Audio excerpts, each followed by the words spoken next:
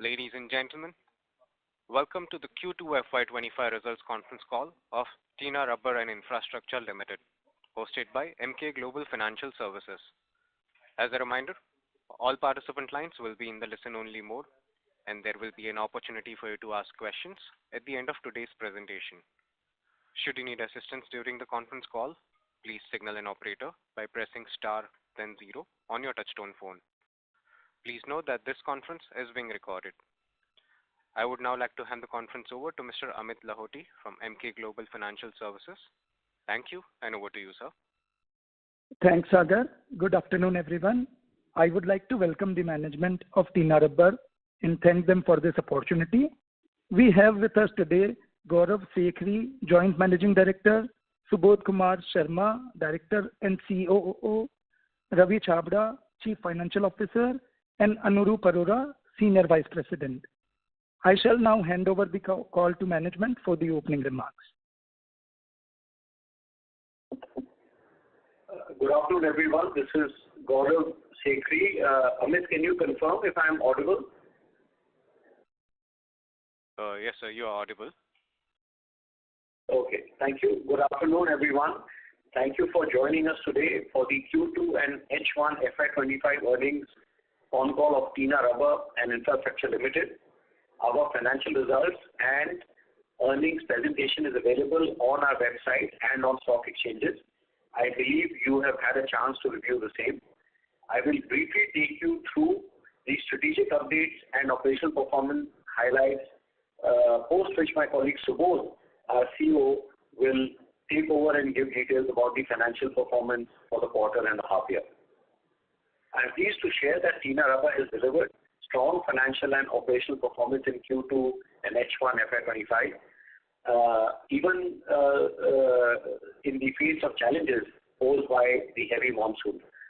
We have achieved revenue of 253 crores in H1, and I am happy to confirm that we will achieve the earning guidance given at the beginning of the year of over 500 crores of sales in FY25. On half-yearly basis, the volume of tires processed in H1 FY25 has increased by 25% year-on-year basis, and on quarterly basis, the volume has increased by 19% year-on-year. On quarter-on-quarter basis, we saw a decline in volume, essentially due to heavy and extended monsoon. Coming to half-yearly segmental performance, revenues from the infrastructure, industrial, consumer, and steel segment have increased by 86%, 44%, 7%, and 98% on YOY basis, respectively. Infrastructure segment's volume has grown by 52%. This growth has been supported by a 60% volume growth in CRMD processing at MDUs, and over 100% volume growth of bituminous emulsion business. In the industrial segment, we have witnessed a remarkable growth of 36%. Exports have grown by 75% in volume in H1 FY25 and will continue to be a strong focus area for us. Though tire and rubber industry have witnessed short supply of natural rubber in last couple of months, and increase in rubber and allied raw material prices have dented the tire and conveyor belted business, sustainability drive across the industry is continuing to drive the demand of recycled rubber material. Consumer segment has experienced a strong volume growth of 85%, and sales in this segment are stable, and we will continue to be very focused on this segment. Our steel business has witnessed a remarkable growth of 92%, and this is due to higher volume of tire crush as well as the addition of the steel abrasive business in our product basket. Coming to strategic updates, I am very happy to share that CARE Ratings has upgraded our credit rating to investment grade BBB- from a BB+. Tinna has qualified and registered with ECA for export of REACH compliant products to European Union and has qualified for SA 8000 certification. Both are a testament to the good work which is being done by our workers. Coming to the update on CapEx, out of 48 crores of CapEx plan, which we had shared with you earlier in the year. We have already spent 33 crores and the work is progressing as per plan. We expect another 4 to 5 crores to be spent on ongoing works which are committed.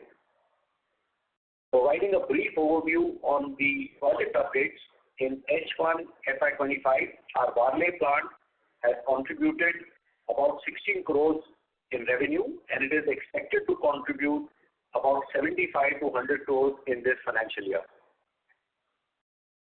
At the Gummidipundi plant in Chennai, Tinna Rubber has doubled its MRP capacity from 5,000 tons per annum to 10,000 tons per annum, and this makes us possibly the largest MRP producer in the world with a capacity of 20,000 tons per annum.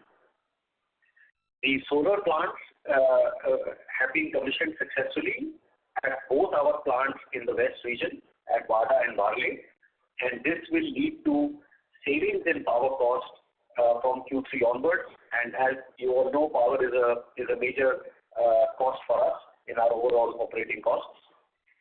In the polymer composites business, the progress is slower than expected. However, it has begun to contribute to revenues, and we continue to focus in this business with strong research and development on product development. Coming to international projects in Oman, our facility is operating at almost 85 to 90% capacity. We have already processed 7,000 tons of end-of-life tires in H1, and it has contributed approximately $2 million to our revenue. We are planning to further expand Oman facility by including processing of off-road tires into our complex there. In Saudi Arabia, our company has been registered as a 100% subsidiary of Tinna Rubber, and we are in the process of locating suitable land to set up a plant with an initial capacity of approximately 20 to 25,000 tons of tires recycling per annum. We expect the capex in Saudi Arabia to be under 25 crores. This will be done in a phased manner, and we expect that we will be operational by first half of next year.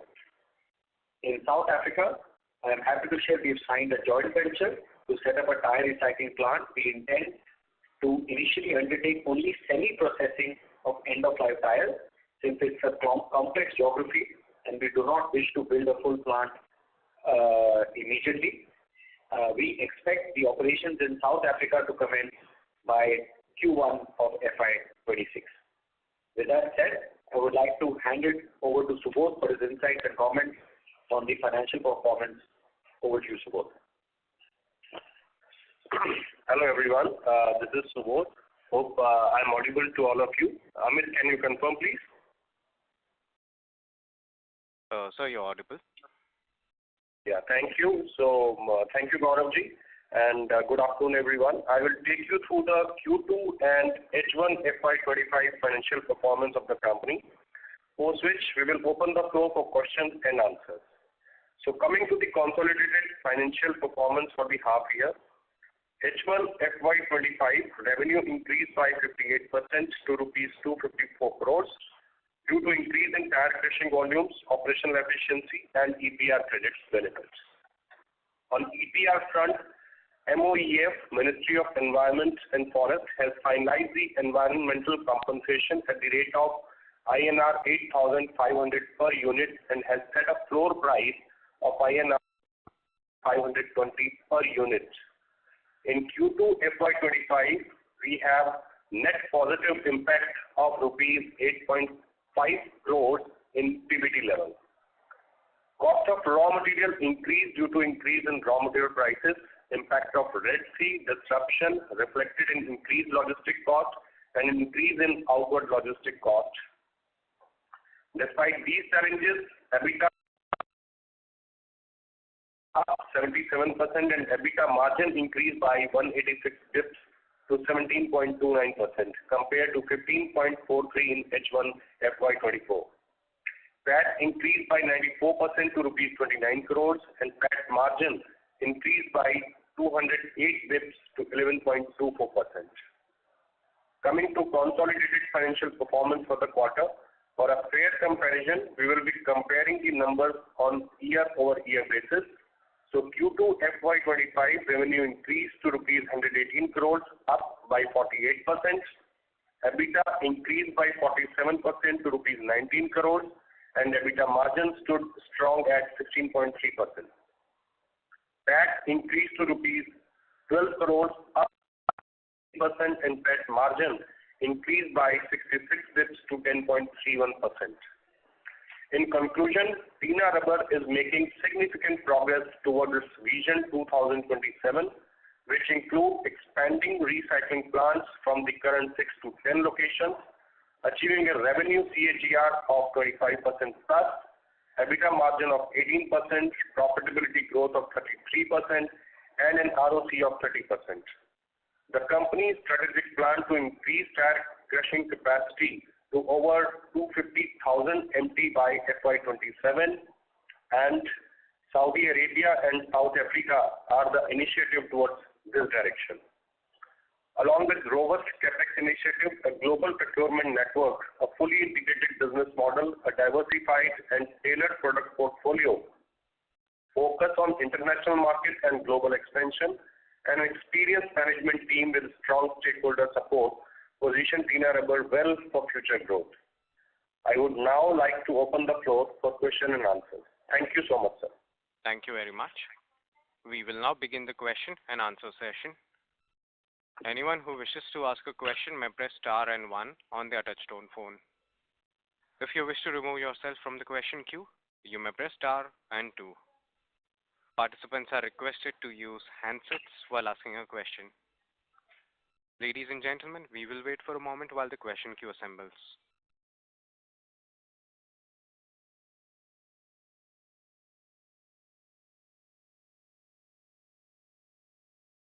Our first question comes from Deep Mehta from Bank of India Mutual Fund. Please go ahead.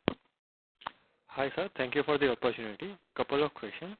First is regarding our EBITDA margins. If I exclude our EPR benefits, then margins are slightly lower. So how should we look at margins going ahead, and what was the reason for lower margin for this quarter? Hi, this is Gaurav Chekri. Thank you for your question.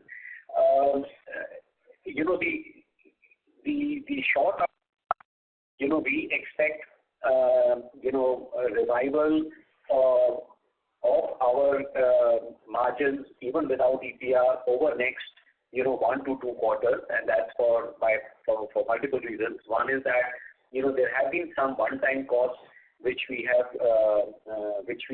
incurred in H1 of this year, which has impacted us. Also, since EPR has been implemented, I think, many of our customers, especially the tire companies, kind of view that as an added incentive which has been given to recyclers like us. And with the increase of, raw material prices to some extent, when we have gone for price increase, they have been resistant, kind of citing that, we are already getting this EPR benefit. I think that whole view will stabilize and settle over next 1 to 2 quarters, and we expect, that this should positively impact our EBITDA margins even without EPR. Understood, sir. That was very helpful. And my second question is also regarding EPR credits. We have recognized roughly 11 crores for this quarter. I'm assuming that is because due to the amount of credits which we would have generated this quarter. But how much have we actually sold and realized cash for the same?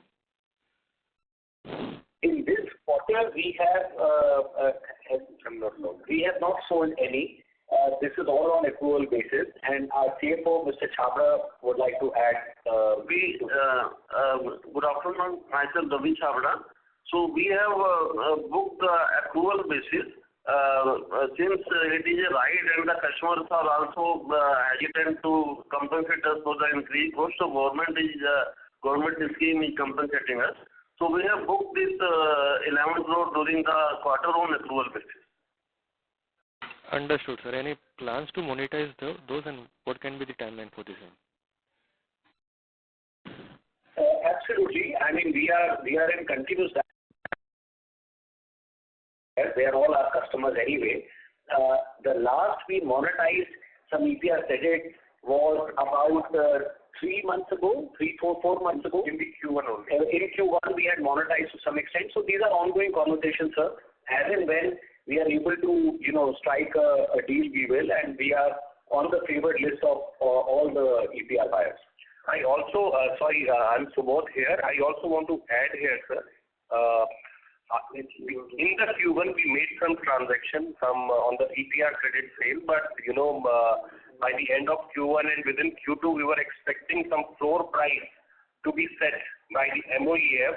That also, we were holding the inventory. And secondly, in the Q2 only, the tire industry was badly impacted for the want of natural rubber, and all the raw material prices were up. So they were especially resistant to, buy the EPR credits at newly revised prices. So I think this whole traction will start from Q3, Q4 onward. Very clear, sir. And lastly, a question regarding PP Buildtech. Margins, while top line growth has been very good, margins are also scaled up to 20%. So is this 20% kind of a margin sustainable going ahead? Absolutely. We are very pleased with the progress of PP Buildtech business. It is operating at around 22% EBITDA margin, and it is delivering a ROE of over 40%. We fully expect these margins to be sustainable at least till the end of the year. That's all from me. Thank you and good luck, sir.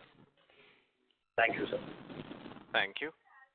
Participants, you may press star and 1 to join the question queue.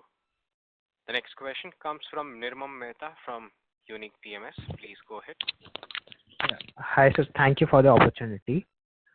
So my first question is regarding the fundraise that we're doing. Could you just let us know what you would use the funds for? Sure. Thank you for that question.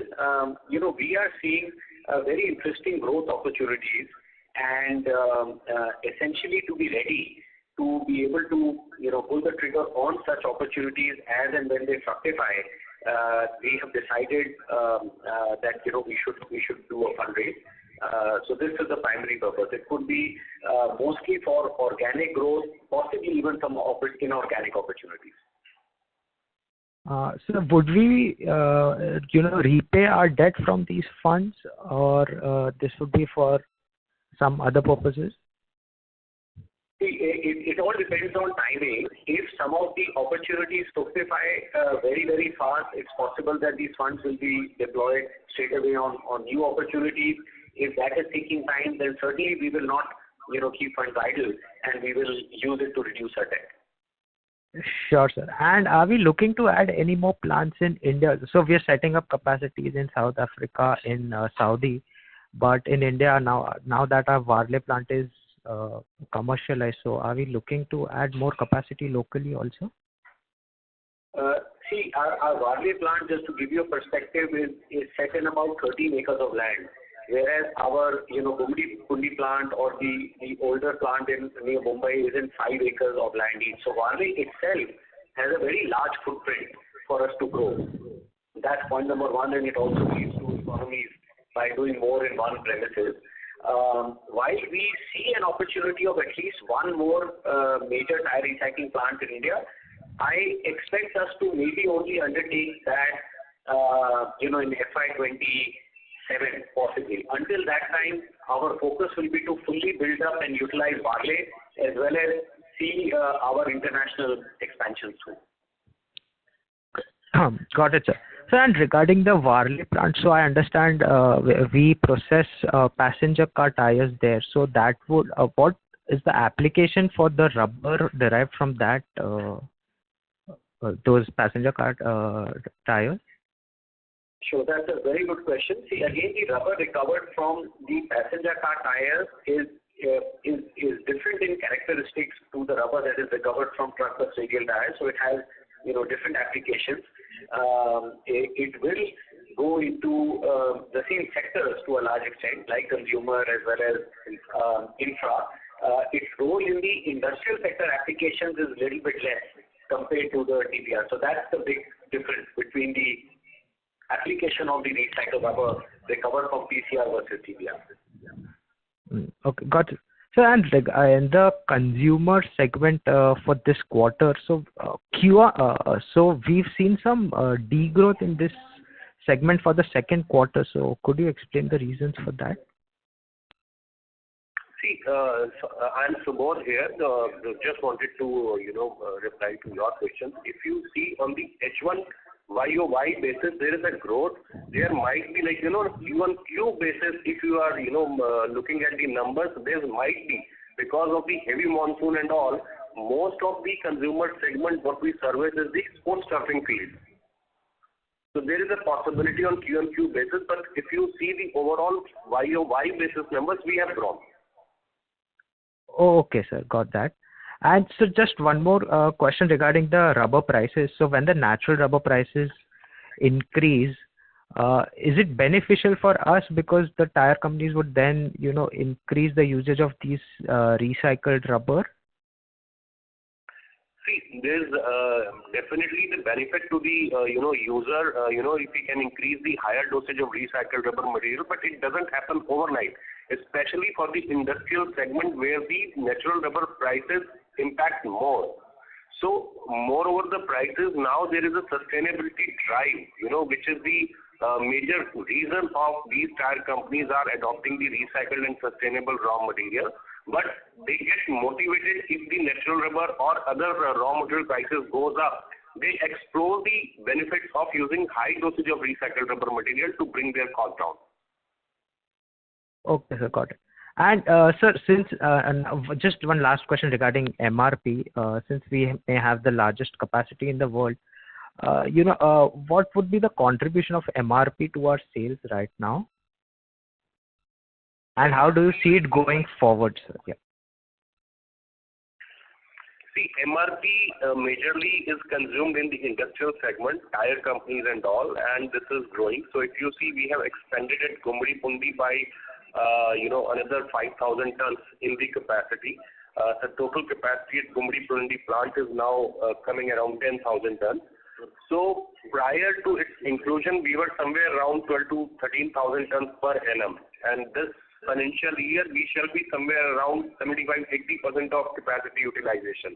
So that motivated us, and the sustainability drive run by these tire companies plus the exports where we have grown, that motivated us to expand the capacity, and we have, set up this new facility at Gumri. I mean, within the same complex, we have added the machine to increase our MRP production.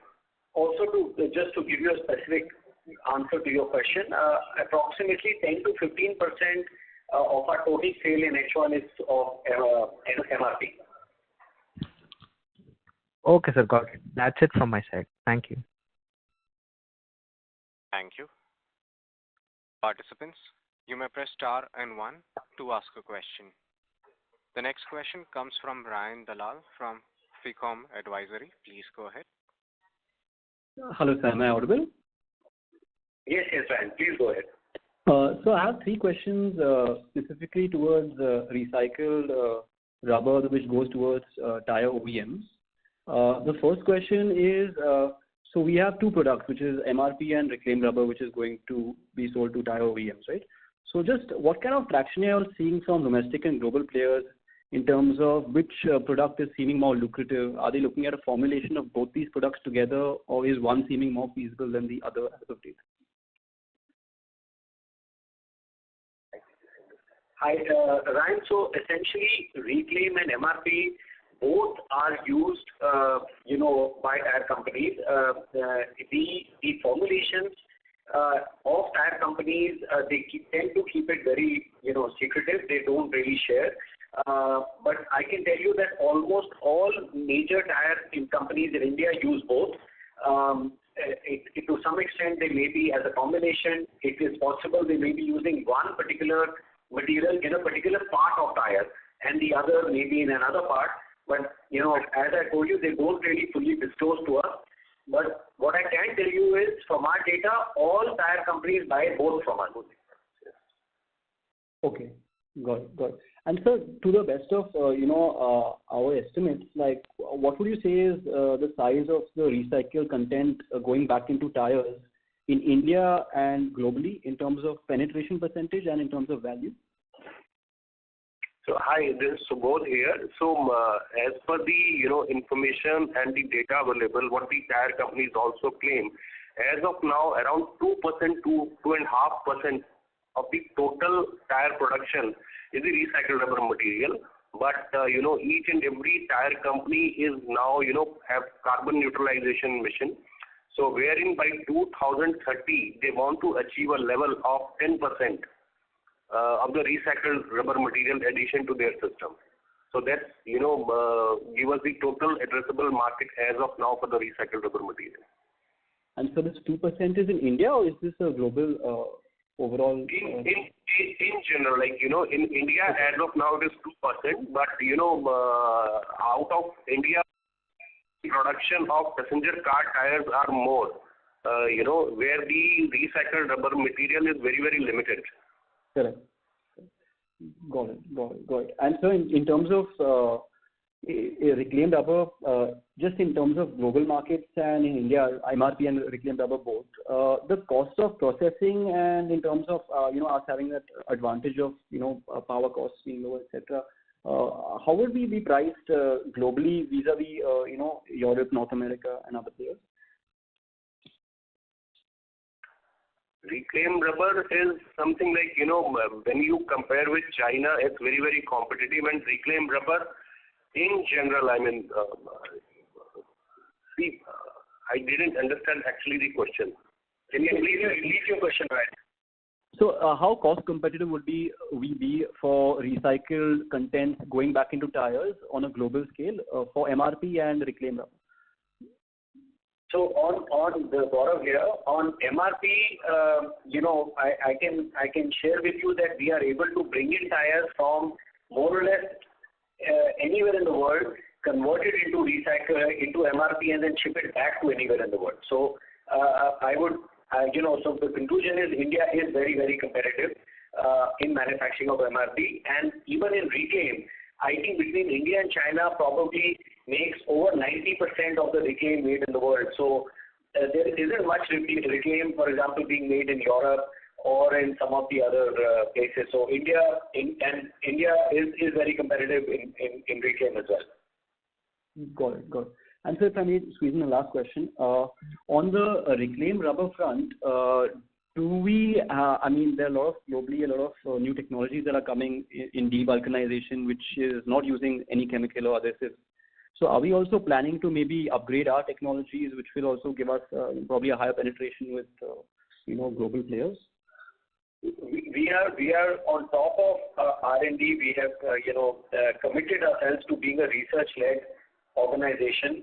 In fact, with a large tire major, we have just jointly commissioned a lab-scale plant to explore, upgradation of devulcanization, exactly what you are actually saying.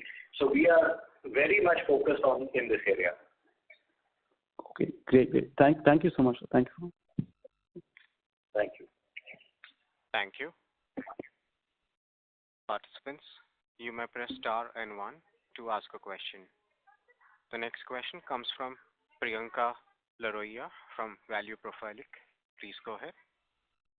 Hi, sir. I have some couple of questions. So first is, how is your process different from pyrolysis? So pyrolysis is a very different way of processing end-of-life tire. By undertaking pyrolysis, the recovery is in the form of oil, char, and some gases. Whereas in our case, we recover the material as is and then treat those materials to go back in economy. So, the big difference is pyrolysis is more linear in nature, and the material recycling, which is what we do, is more circular in nature. Okay, thank you. And how much recycled rubber can be used as a percentage in a new tire? I think globally it is 5%. See, globally it is 5%. In India, it is currently around 2% they are using, but they are exploring to reach at the level of up to 10%. See, tire or conveyor belting business, it's all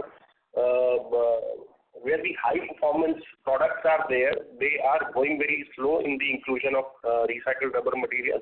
But for the product where, the non-performance like conveyor belts, they are already using very high dosages into their system.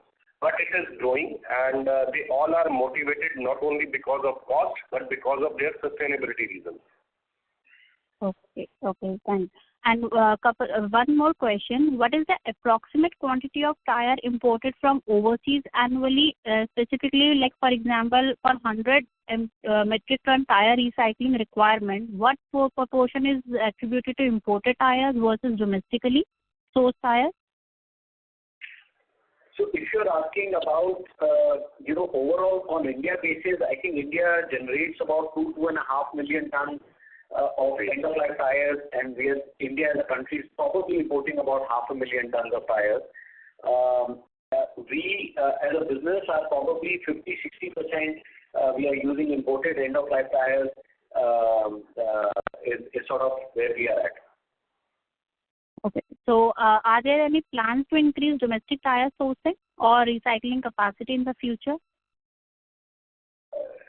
Absolutely. See, we are always looking at least cost options for raw material, and we are completely, in fact, we are more open, and we'll be happier to use more domestic recycled materials. And I think with the implementation of the EPR policy in the not so distant future, I think this ratio of domestic versus import could change for us.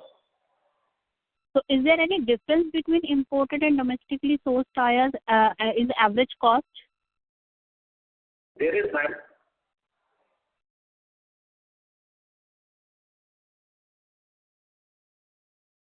There is the short answer, yes.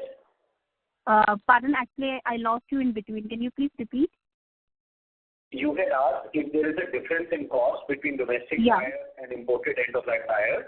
Since our plants are mostly located at port regions, we do find it economical to use imported end-of-life tires. So there is a difference.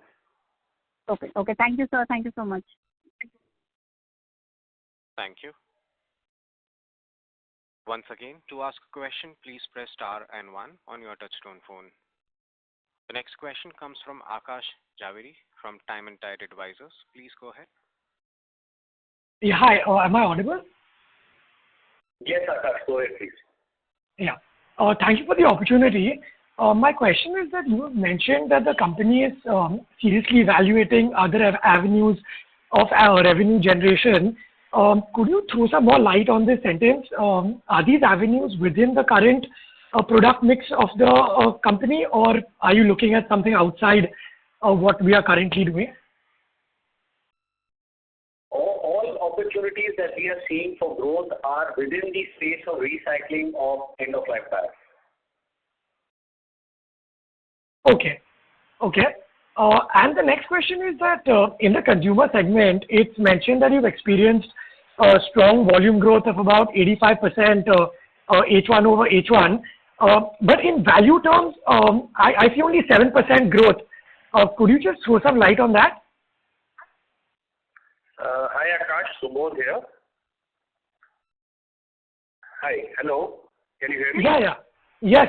Yeah, okay. So volume-wise, there is a growth, but in the consumer segment, especially the sports turfing, there's a lot of variation, and the price, which brought your total revenue generation is, has come down because of the net realization value of some commoditized grade is, but quantum-wise, we have grown around 85%.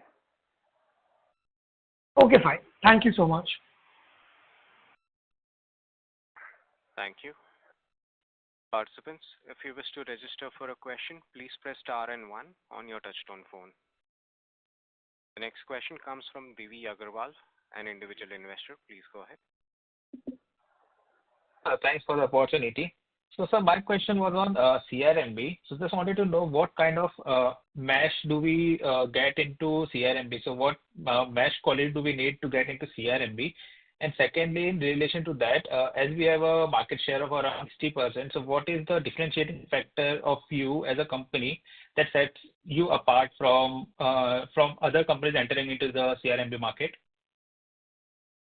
So on the mesh size, to make CRMB is around 30 mesh plus or minus. There is some individual preference. Because of that, there could be some variance in it, but usually 30 mesh plus or minus. In terms of differentiation, we've been in the business more than 20 years of CRMB, and I think what sets us apart is our pan-India presence, which there is nobody else, and the purity of product. Because when you deal with scrap and you recycle, there is always some chance that, and there are many plants which don't take so much care, and either fiber or steel or some foreign matter will be in the end product, whereas I think we have established ourselves as being very consistent in the quality of product that we are able to deliver. So that is what sets us apart. Okay, sir. We have in the last 25 years the credentials. We have almost 500,000 lane kilometer has been laid using our product, which sets us apart from the other, CRMB producers. Okay, sir. Got it. Thanks a lot. Thank you. A reminder to all the participants, if you wish to register for questions, please press star and 1 on your touchtone phone. The next question comes from Nirmam Mehta from Unique PMS. Please go ahead. Yes, sir. Sir, could you just give the margin differences for the different segments? Say we have 3 or 4 segments. So what would be the margin profiles in each of the segments? We have, in the past also, resisted to give segment-wise margins. We consider it, confidential for our business, so we don't like to share that. Okay, sir, no problem. And sir, one question on the EPR credits. So, is the generation of credits on a quarterly basis or is it on an annual basis? See, the EPR, Mr. Mehta, Subodh here. The EPR generation is always, as per the policy, your obligation, since we are import end of life tires, so we have an obligation also, like, the many credits I have to set off against my import. And the policy says, like, the previous year obligation you have to set, offset in the forward financial year by recycling or, generating the EPR credits. So that's about the policy. And what was your question? Can you repeat, please? So these EPR credits that are generated when we recycle tires, we'll generate some credits. So do we? So are those credits generated on a quarterly basis, monthly basis, or on an annual basis? So the Gaurav Secretary here, we are tracking our EPR generations on a month-on-month basis, and as a result, we also include them in our financial numbers and status month-on-month, and as a result, quarter-on-quarter. Okay, sir. Got it. Thank you. Thank you. Once again, to ask a question, please press star and 1 on your touchtone phone. The next question comes from Suman Kumar, an individual investor. Please go ahead. Hi, am I audible to you? Yes, please go ahead. Hello. Hi. Thanks for taking the question, sir. So, one thing that I wanted to understand is what would be the total capacity that is available to us today, and what would it potentially mean in terms of revenue that we can generate? You mean capacity of tire crushing or capacity? I didn't fully understand, please. Can you repeat what you would like to know? So the line for the participant has been dropped. We'll move on to the next question. Before we move on to the next question, a reminder, you may press star and 1 to ask a question. The next follow-up question comes from Ryan Dalal from FECOM Advisory. Please go ahead. Hello, sir. Am I audible? Yes, Ryan, go ahead, please. Yeah. So, would it be possible to share if we are doing a capex for, say, let's take 100 tons or 1,000 tons, setting up initial crumb rubber versus going further ahead with MRP and versus pyrolysis and a reclaim? So, just the idea of the dynamics of how the cost of capex cost would change on a ton basis. See, let me attempt to answer your question in the best way possible. See, typically we think that in India, any plants less than about 2,500 tons per month capacity are not really viable. One should consider building that's an optimal sort of size, and then scaling up from there. And a plant like that, which is kind of integrated in nature, could cost anywhere between 30 to 40 crores. And so for how many tons? That's around 1,000. That's 24,000 tons per annum. 24,000 tons. Okay, got it. And sir, I know you don't disclose margin-wise segments. Would it be possible to give a sense of the hierarchy in terms of maybe in complexity of business as well as maybe in terms of margin hierarchy, and which segments do you think are more lucrative to maybe increase in the future, and which segments do you think would be maybe stable or could face margin pressure because of increased overall collection and other recycling capacity coming in? Sure. Let me give you some sense of that. See, higher value products, will give better margins. So products like MRP, etc., deliver higher margins than a basic crumb rubber. And crumb rubber is relatively lower technology, so easier to make. Lots of small regional localized players. So to that extent, the margin on crumb on a standalone basis is not the same as it is for MRP, which is a more complex product and with strong entry barriers of approvals from tire companies, etc. So, but by the same token, you also have retail rubber, which is also a higher value product, not very different in terms of price per kilo to MRP. But since there are many retail rubber manufacturers, this product has been in the market for maybe 3-4 decades, its use is more established. The margins there are also, it's more competitive as a business. I hope that answers your question. Sure. Thank you so much. Thank you. Participants, you may press star and 1 to ask a question. The next question comes from Gyan Prakash Yadav, an individual investor. Please go ahead. Hi, sir. Good afternoon. Am I audible? Yes, please go ahead, sir. Hi, sir. Good afternoon again.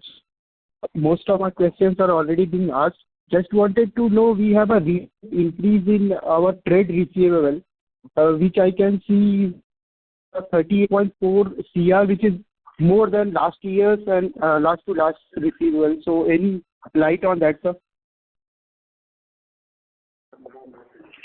Sir, did you say that you have seen our credit receivable increase in terms of value or in terms of number of days?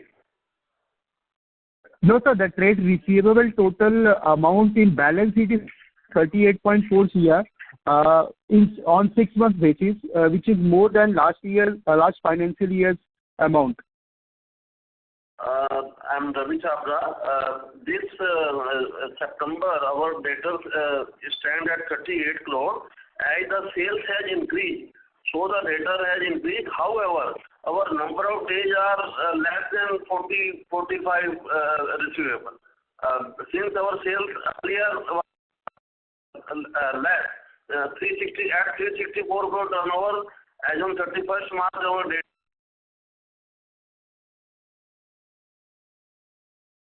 Sorry to interrupt, sir. We are losing your audio.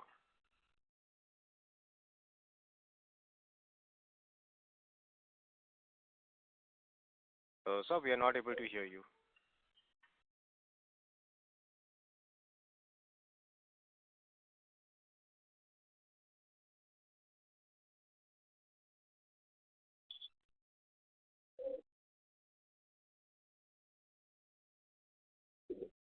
Ladies and gentlemen, please stay connected while we reconnect the management line.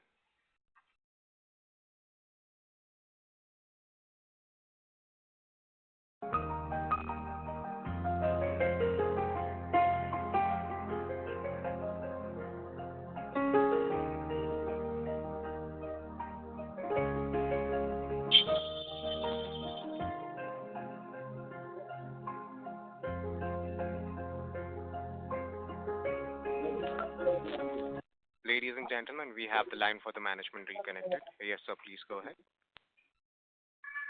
There was a question regarding Sir,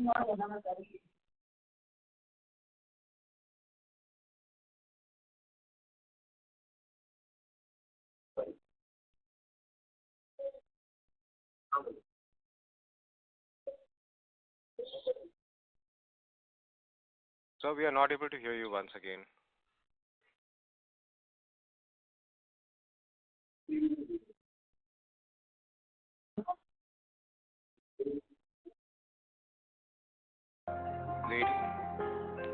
Ladies and gentlemen, please stay connected while we reconnect the management line.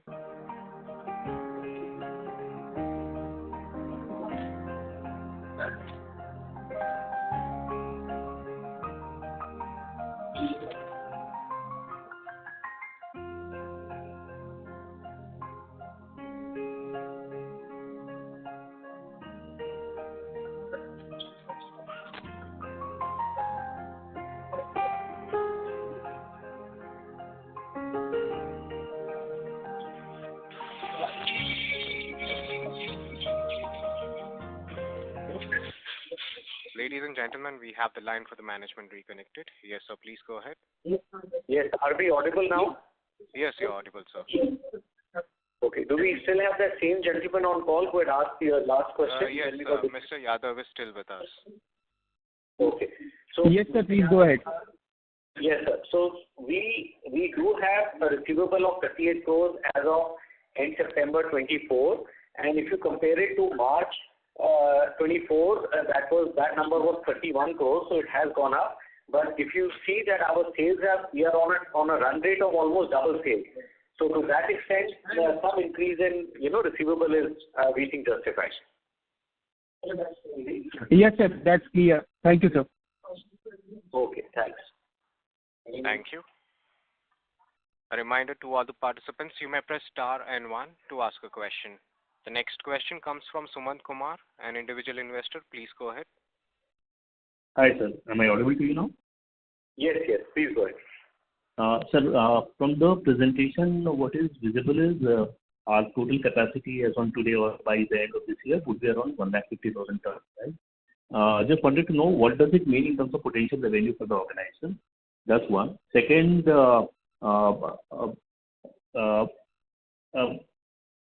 given the potential revenue, is the capacity fungible also? So we have different segments, infra and the rest.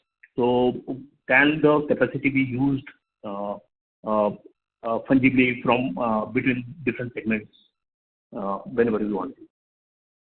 Absolutely, and thank you for the question. The answer to the first part of your question is, that we believe that we can get to about 600 odd crores with the capacity that we already have now and the capex which has been undertaken in FY24.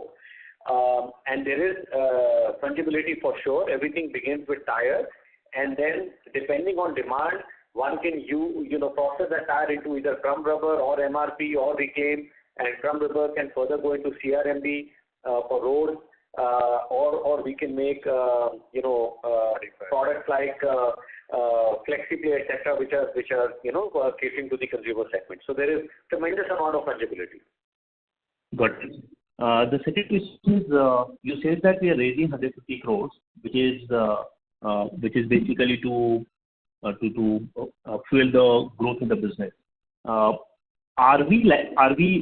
So this money which is going to be used, would it be used for working capital requirement, or this is likely to be used more for either capacity expansion, or as you rightly said, there could be some inorganic component as well?